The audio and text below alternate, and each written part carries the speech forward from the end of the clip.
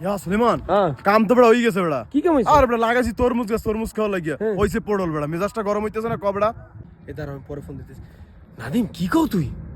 তরমুজ গাছে পড়ল লা হাওলা ওয়ালা কুওয়াতা ইল্লা বিল্লাহ কিয়ামত আইছিনি কোন জায়গা আমার দেহা তো কোথায় কোথায় কোন জায়গা তোরে দেখাই ভাই গাছটার পিছনে কত কষ্ট করছি কত খাটনা দিছি হ্যাঁ হইছে বেটা পড়ল বেটা মেজাজটা গরম হয় আই দেখ তোরে দেখাই কোন দেখ। জায়গায় পড়ল হইছে এই দেখ এই পড়লটা দেখ দেখছো পড়ল এটা পড়ল এইটা পড়ল নাদিম এটা পড়ল এটা তরমুজ গাছ এই জায়গায় পড়ল হইছে না এই ইয়া মুখমাফি